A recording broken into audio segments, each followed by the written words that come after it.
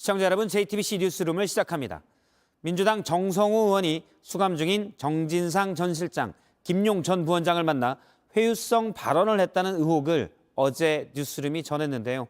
오늘 정성호 의원이 기자회견을 열었습니다. 이대로 가면 이재명 대표가 대통령이 된다는 말은 했지만 그냥 바깥 상황을 궁금해해 얘기해 준 것이라고 했습니다. 회유가 아니고 격려라는 주장입니다.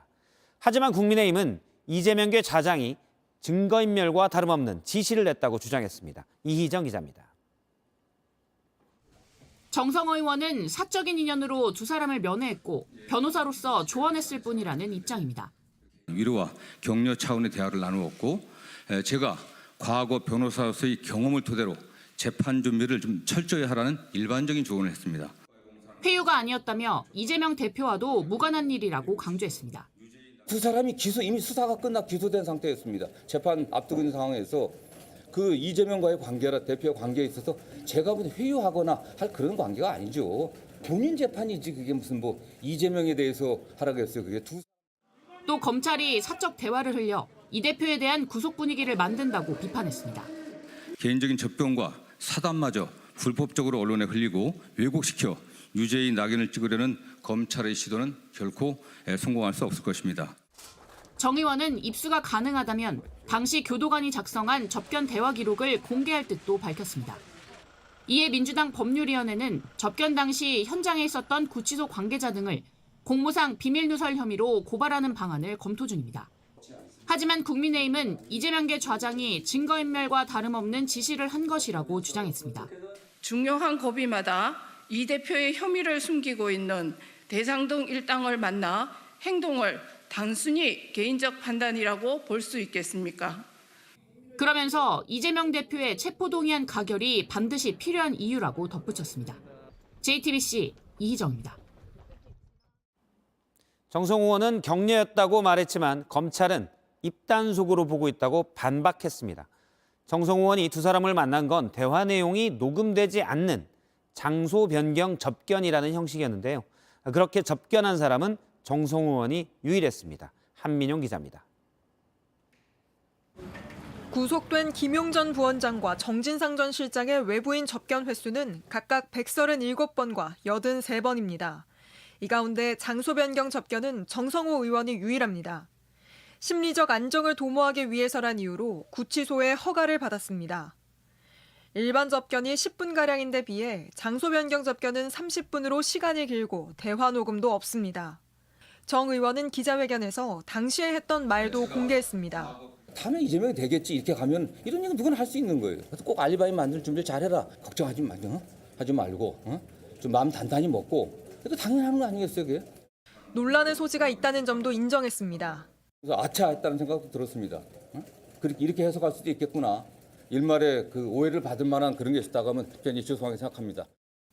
회유가 아닌 위로와 조언이라고 주장했습니다. 정 전 실장과 김 전 부원장도 회유가 없었다는 입장입니다.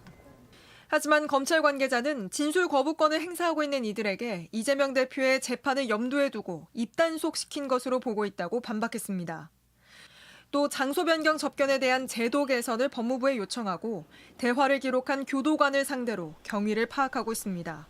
JTBC 한민용입니다.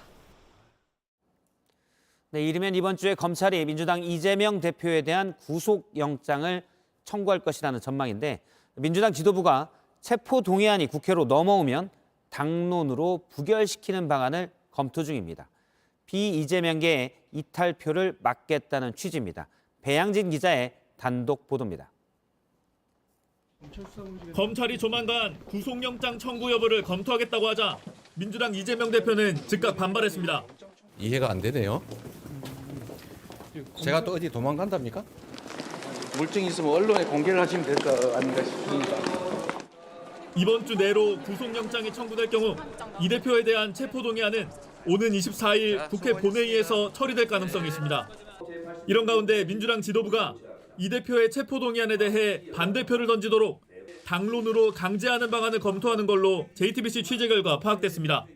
당 전략위원회가 어제 지도부에 보고한 대응 문건입니다. 체포동의안이 넘어오면 곧바로 부결시켜 논란을 최소화해야 한다는 전략이 담겼습니다. 필요하면 당론 채택도 고려해야 한다는 내용도 포함됐습니다. 최근 비이재명계에선 체포동의안에 찬성하는 목소리도 나옵니다. 조심스레 체포동의안에 대해서 찬성을 넌지시 내비치는 그런 의원들도 꽤 있더라고요. 실제 민주당에서 찬성표가 30표 이상 나오면 체포동의안이 가결될 수도 있습니다. 이런 상황을 우려해 자율투표가 아닌 당론 투표를 강제해 이탈표를 막아야 한다는 게 당 전략위원회의 판단입니다. 하지만 반대표를 당론으로 강제할 경우 비이재명계의 반발이 예상됩니다. 국회의원 특권 내려놓기. 그거는 우리 당이 계속 주장을 해왔던 겁니다. 거기에 정면으로 반한 거죠. 한편 민주당은 검찰이 이 대표에 대한 영장을 청구할 경우 곧바로 2차 장외투쟁에 나서는 방안도 검토하고 있습니다. JTBC 배양진입니다.